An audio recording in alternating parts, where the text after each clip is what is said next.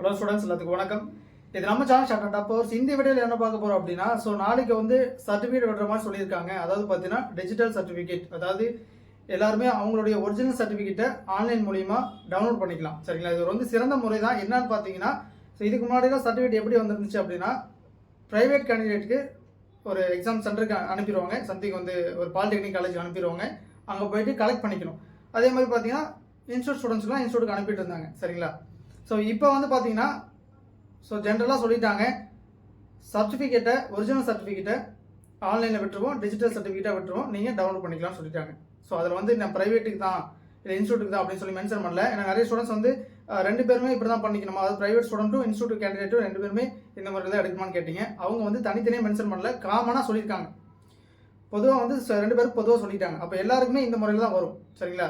அதாவது பார்த்தீங்கன்னா இது டைப்ரைட்டிங், ஷார்ட் அண்ட் அக்கௌண்டன்சி எல்லாமே, அதாவது ஜிடின்னு பொதுவாக மென்ஷன் பண்ணியிருக்காங்க. அதோட கூட சிஒஏ எல்லாமே பார்த்தீங்கன்னா டிஜிட்டல் சர்டிஃபிகேட்டாக தான் வரப்போகுது. இதே முறையில் பண்ணாங்கன்னா நல்லாயிருக்கும். ஏன்னா இதுக்கு முன்னாடி போஸ்டரில் அனுப்புறதாகட்டும் இல்லை போயிட்டு கலெக்ட் பண்ணுறதாகட்டும் நிறைய பிரச்சனை ஆயிடுச்சு. போயிட்டு கலெக்ட் பண்ணுறது பார்த்தீங்கன்னா டேட் விடுறாங்க, நிறைய பேர் டேட்டை மிஸ் பண்ணிடுறாங்க.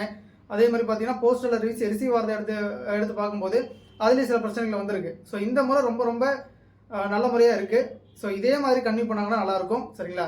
இப்போ 10ஆம் தேதி விடுற மாதிரி சொல்லியிருக்காங்க. வெயிட் பண்ணி பார்க்கலாம்.